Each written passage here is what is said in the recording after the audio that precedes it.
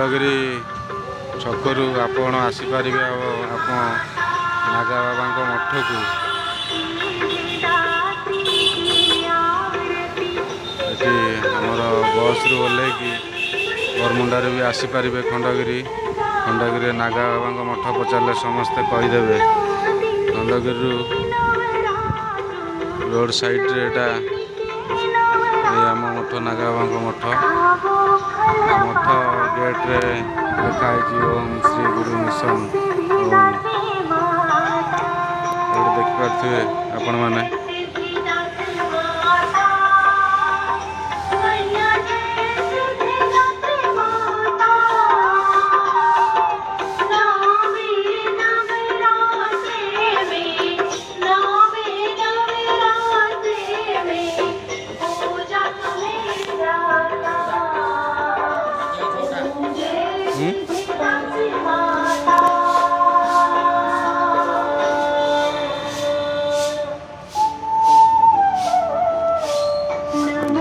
ବାବାଙ୍କର ବହୁତ ଭକ୍ତମାନେ ଆସୁଛନ୍ତି। ଏଠି ବାବାଙ୍କର ଲାଇସେନ୍ସ ପ୍ରାପ୍ତ ବାବାଙ୍କୁ ଏଠି ଦିଆଯାଇଛି ତାଙ୍କ ଜାଗା ଆଉ ତାଙ୍କ ମଠ ମଧ୍ୟ। ଏଠି ନିଜେ ସେ ସବୁକିଛି ଏଠି କରନ୍ତି। ନିଜେ ଭଗବାନଙ୍କ ସେବା କରନ୍ତି ଆଉ ଗୋମାତା ବି ଏଠି ଅଛନ୍ତି। ଗୋମାତାଙ୍କ ସେବା ବି ଏଠି ହେଉଛି। ବାବା ନିଜେ ଗୋମାତାଙ୍କ ସେବା କରନ୍ତି। ତାଙ୍କ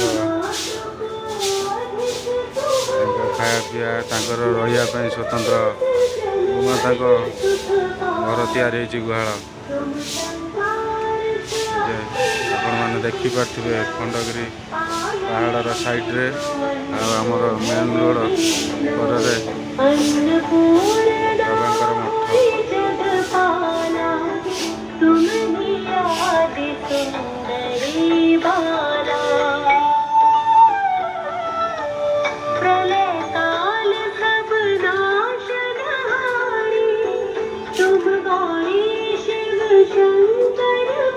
ଦେଖୁଛନ୍ତି ଆପଣ ଓମ୍ ଶ୍ରୀ ଅଖଣ୍ଡ ଜ୍ୟୋତି ସ୍ୱରପ୍ରଭା ଧନ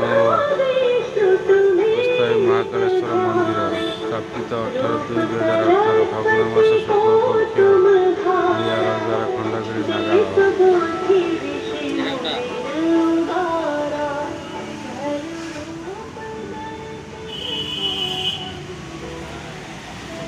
ବାବାଙ୍କର ବସିବାର ସ୍ଥାନ, ବାବାଙ୍କ ଗାଦି ଏଇଟା। ଏଠି ମା ବୃନ୍ଦାବତୀ ଆଉ ବାହାରେ ଆମର ମହାକାଳେଶ୍ୱରଙ୍କର ମୂର୍ତ୍ତି ବି ଅଛି। ଏଠି ଯଜ୍ଞ ହୋମ ବି କରାଯାଏ। ବାବା ଗୋମାତାଙ୍କର ଖାଦ୍ୟ ପ୍ରସ୍ତୁତି କରୁଛନ୍ତି। ଗୋମାତାଙ୍କର ସେବାରେ ଦିନମାନ ସେ ପୁରା ଲାଗିକି ରହୁଛନ୍ତି। ଦେଖିପାରୁଥିବେ ଆପଣ। ଏଠି ଆମର ବାବାଙ୍କର ଏଠି ତାଙ୍କର ଯଜ୍ଞ ଗୃହ ସହିତ ଦେବାଦେବୀଙ୍କର ପୂଜା ସ୍ଥାନ ଏପଟେ ରହିଛି। ଆଉ ମହାକାଳେଶ୍ୱରଙ୍କର ମୂର୍ତ୍ତି ବି ରହିଛି। ଆଉ ଅଖଣ୍ଡ ଦୀପ ବି ସବୁବେଳେ ପାଇଁ ପାଖାପାଖି ଆଜିକି ଏ ମଠ ଆରମ୍ଭ ହେଲା ଦିନରୁ, ବାବା ଏଠି ରହିବା ଦିନରୁ ଏ ଅଖଣ୍ଡ ଦୀପଟି ଆମର ରହିଛି ସବୁଦିନ ପାଇଁ। ଏଠି ଆପଣ ଦେଖିପାରୁଥିବେ ଅଖଣ୍ଡ। ଏଠି ବାବା ଏଠି ନିଜେ ବସନ୍ତି ଆଉ ତାଙ୍କର ପୂଜା ବହି ପାଠ ସବୁ ଅଛି।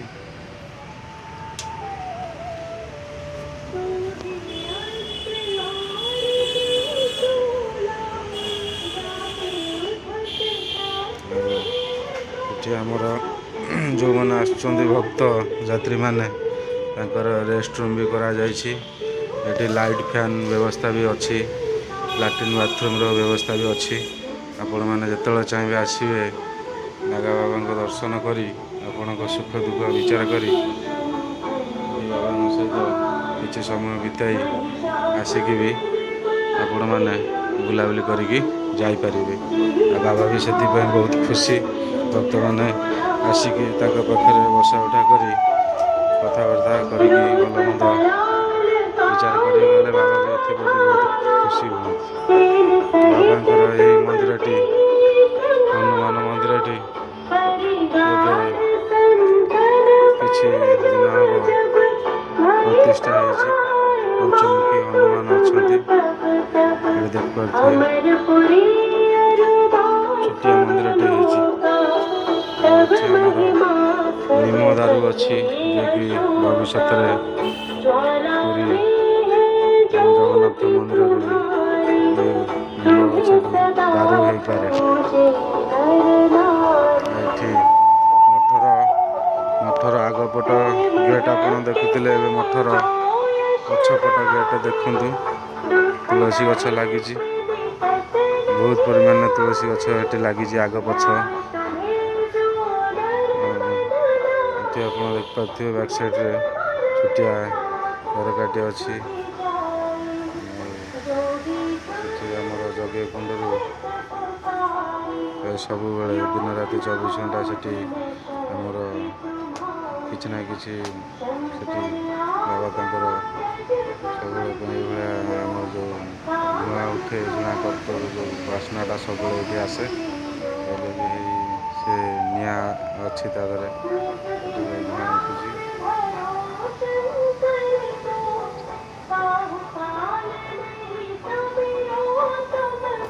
ତାଙ୍କ ପଛ ସାଇଟ୍ ଏଠି ଗୋଟେ ନୂଆ ଇଏ ବି କିଛି ଦିନ ହେବ ହେଇଛି। ବାବା ନିଜେ ତାକୁ ବହୁତ ପରିଶ୍ରମ କଷ୍ଟରେ କରିଛନ୍ତି। ଇଏ ଆମର ଶନି ମନ୍ଦିର, ସେଇ ମଠ ଭିତରେ ହନୁମାନ ମନ୍ଦିର ଆଉ ଶନି ମନ୍ଦିର, ଦୁଇଟି ମନ୍ଦିର ନୂଆ ବାବା ପ୍ରତିଷ୍ଠା କରିଛନ୍ତି।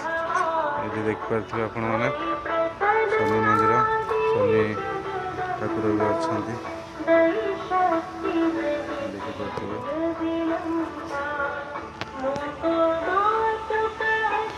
ଏଠି ଆମର ଯାତ୍ରୀମାନଙ୍କର ଗାଧୁଆ ପାଧୁଆ ପାଇଁ ସୁବିଧା ବି ଅଛି, ପାଣି ଅଛି। ଆଉ ଯାତ୍ରୀମାନଙ୍କ ପାଇଁ ଲାଟ୍ରିନ୍ ବାଥରୁମ୍ ଯିବା ପାଇଁ ବି ସୁବିଧା ବି ଅଛି।